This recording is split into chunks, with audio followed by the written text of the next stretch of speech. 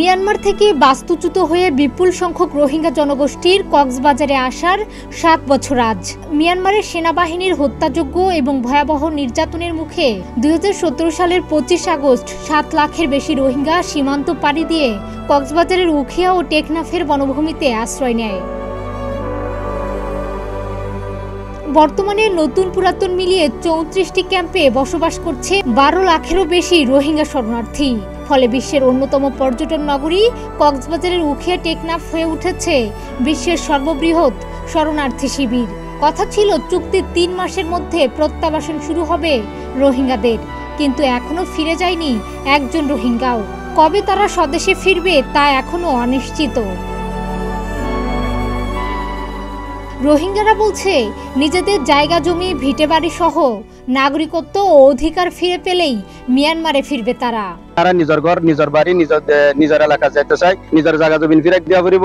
আর একজন দেশিত হিসাবে যে দুন হুকুকাল লাগে শিখ হইতে লই হিম বিয়া গুলো আর যদি দে দইলে আর আজিয়া হইলে আজিয়া যাই মাই দাইলে আজিয়া যাই আর মেহরবানি করে এদের সম্বন্ধে হাতাই তান ন আর যে কত পরি গুণ আছে আর যে রাইটন আছে রাইটন দিলে আর যাইম বই এখন কইলে এখন যাইম বই ১২ লাখ রোহিঙ্গা আছে হিম বকুন যাইব দিয়ে এর দাব বাড়ে আজ পর্যন্ত আর ওয়াফে সইবেলা চাই আজ পর্যন্ত ওয়াফে সই না হয় আর রোহিঙ্গা কল আর এড়ে লং টাইম রিফিউজি লাইফ কদি আর নাছে।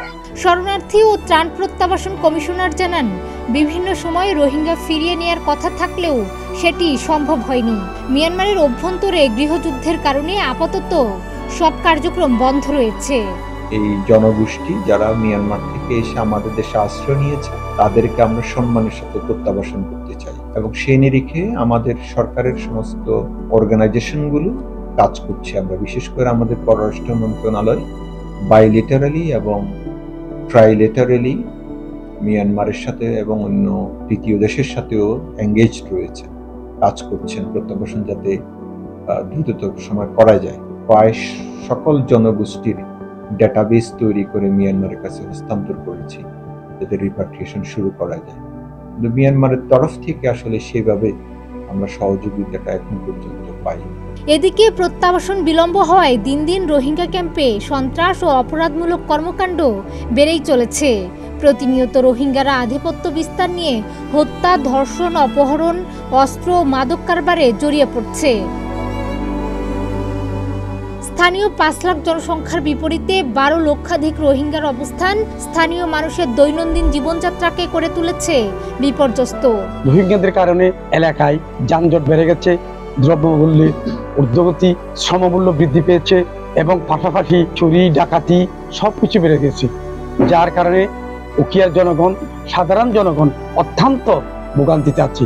উখিয়া, টেকনাফ, টোটাল কক্সবাজারের মানুষ স্বাভাবিকভাবে তারা জীবনযাপন করতে পারছে না। রোহিঙ্গারা আজকে ইয়াবা ব্যবসার সাথে জড়িয়ে পড়েছে, সন্ত্রাসের সাথে জড়িয়ে পড়েছে, চুরির সাথে জড়িত হয়ে গেছে, ডাকাতির সাথে জড়িত হয়েছে। এমনকি সব থেকে দুঃখের বিষয় হচ্ছে প্রতি মাসে ১টা ২টা করে এই উখিয়ার মানুষ গুম করে ফেলছে রোহিঙ্গারা। যদি অতি সত্বর এই রোহিঙ্গাদেরকে প্রত্যাবাসন না করে হয়তো আগামীতে উখিয়ার অবস্থা একটা ভয়াবহ রূপ ধারণ করতে পারে। রোহিঙ্গা আগমনের পর থেকে উখিয়া টেকনাফবাসী নানান সমস্যায় জর্জরিত হওয়ার পাশাপাশি আইন শৃঙ্খলার অবনতি ঘটাচ্ছে বলে জানায় সচেতন মহল। টেকনাফ উখিয়ার মানুষের অনেক যন্ত্রণা, অনেক বেদনা, আমরা অনেক কিছুর শিকারে পরিণত হয়েছি এই রোহিঙ্গাদেরকে মানবিক কারণে জায়গা দিয়ে। তারপরেও আমরা চাই এই রোহিঙ্গারা শান্তিপূর্ণভাবে স্থানীয়দের সাথে সহ অবস্থান করে বারবাতে তাড়াতাড়ি প্রত্যাবাসন করুক, তাদের নিজের জায়গা দেশে তারা চলে যাবে। স্থানীয়রা বলছেন, ছোট এই বাংলাদেশে রোহিঙ্গারা দিন দিন বোঝা হয়ে যাচ্ছে। এমন প্রেক্ষাপটে মিয়ানমারকে চাপ সৃষ্টির মাধ্যমে বিপুল সংখ্যক এই রোহিঙ্গাদের স্বদেশে দ্রুত ফেরত পাঠানোর ব্যবস্থা করার দাবি তাদের।